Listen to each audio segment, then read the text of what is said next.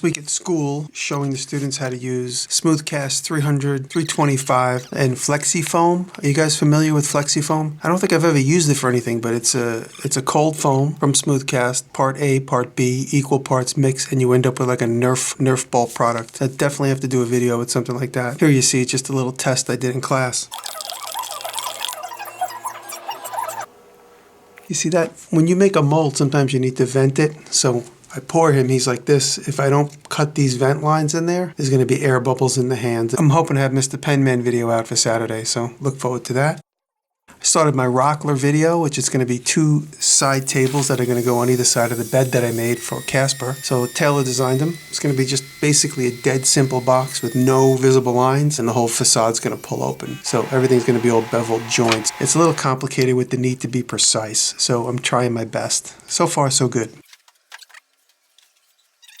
I finished my Core 77 video, which is out this week. You could take a look over at the Core 77 channel. I hope you guys don't get tired of me talking about my ice pick. The interesting thing for me is that it's been an exercise in refining a design, and I get to keep experimenting. Every 100 or so that I make, I experiment a little bit more. Can you see the knurling on that? I did knurling on 3 sides. With the CNC machine, I never would have been able to do that before, but now I can experiment. And this is just an experiment, and so I made 10 ice picks like this. Obviously, you see they're not done yet, they're not drilled or tapped, but when they become available, I'm gonna put 10 of these in the mix. So if you buy an ice pick, chances are, like Willy Wonka, you might end up with 1 of these. They'll all be numbered 1 to 10, and they'll be available in the next batch. You'll see the logo is a little bit off center. There's a couple of little problems with them, but I think maybe it'll be unique in the way that 1 in 10 chance of getting one of these, I think. Is that how the odds go? 1 in 10 chance out of 100? Buy an ice pick, you might just get one of these. They're going to be sent out randomly to anybody who orders one. Ultimately, I will offer more interesting designs as I get better at using the CNC machine.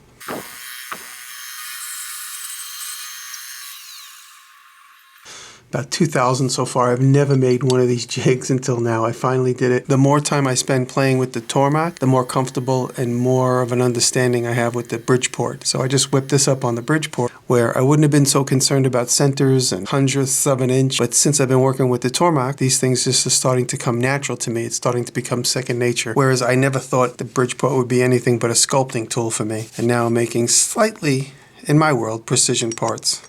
Can you see that? What I'm doing is I'm flattening the spot, and then I'm sanding a flat spot on the ring. It fits in the jig perfectly, and then it gets soldered, and I have that interesting little flat spot on each one of them. If you've watched any of these from the beginning, you'll notice how that's been one of the most evolving parts right there.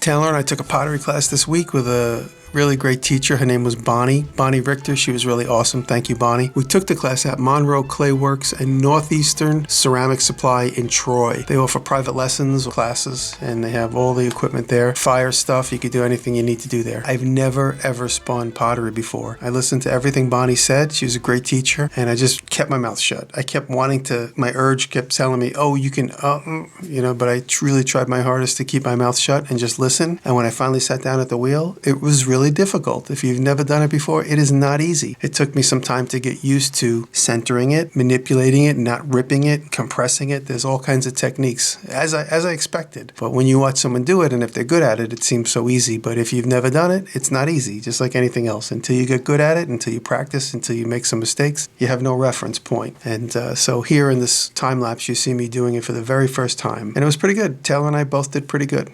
It was fun. We're going to try and maybe either find a wheel or just find a place closer that we could do it more often.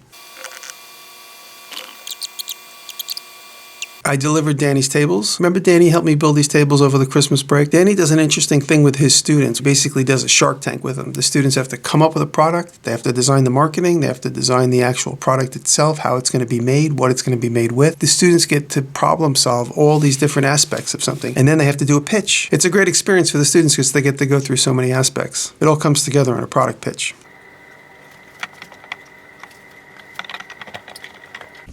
I spent a few days this week going to Lowe's, going back to Home Depot, going to Lowe's, going back to Home Depot. Finally, somebody told me they don't carry the wire I need. I needed a 6'3", which is like the gauge. 6 is the gauge, so it's really fat wire. 3 strands plus a ground. And I'm learning all these things by asking a lot of questions. And finally, one of the guys at Home Depot said, you got to go to Wahlberg's in Albany. They have everything.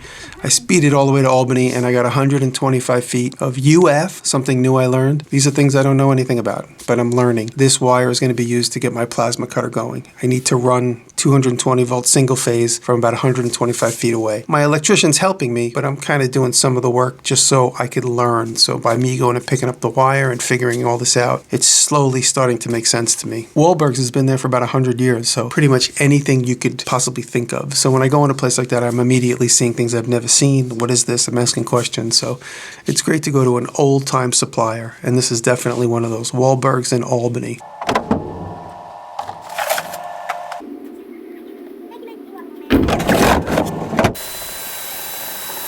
So when I hung out with the guys at Saunders Machine Works, we got into a conversation about making cannons. And I told these guys that I had a chunk of this cannon brass left. So I sent exactly half of what was left. So I have half, they have half. And when I get together with them in May at their open house, May 6th, I think, we're going to try and shoot off these cannons. So it's kind of the cannon challenge. They have the same amount I have, and let's see what they could do. We'll shoot something. I don't know, we'll shoot a pineapple or an apple or something, see what happens. Look forward to my cannon and the cannon from Saunders Machine Works, aka NYC CNC.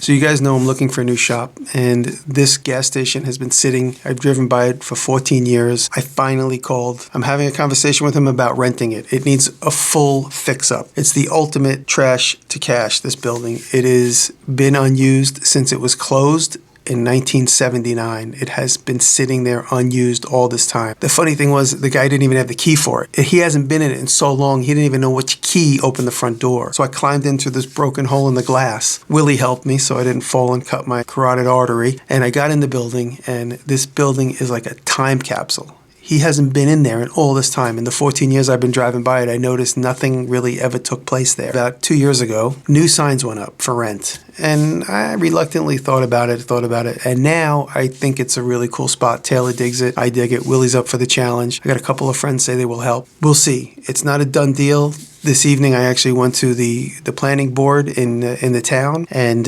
told them what I plan on doing. I'm just going to basically restore this place and use it as a workshop and maybe like a gallery space. I still have plans for the barn on my property, and this is so cheap that I can maybe have the barn and have this at the same time. It's not a done deal yet, but it's moving in that direction, hopefully. We'll see where it goes. Anything can happen with something like this. Built in 1955.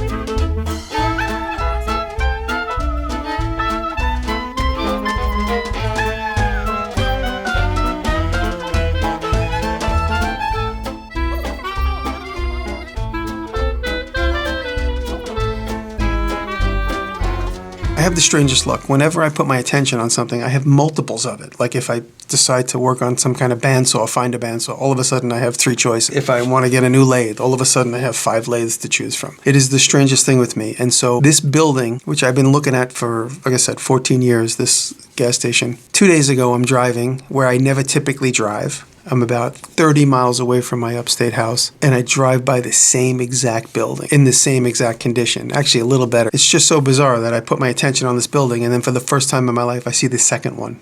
I never ever saw this building before. I've driven by it too. I never paid attention. I never noticed it. It's just strange. I don't know. Maybe that's a sign? I don't know. It's just a sign that there's 2 abandoned gas stations nearby. That's all it means to me. But hopefully the one closer to me can become my new shop. Thank you for watching. I'll see you next week.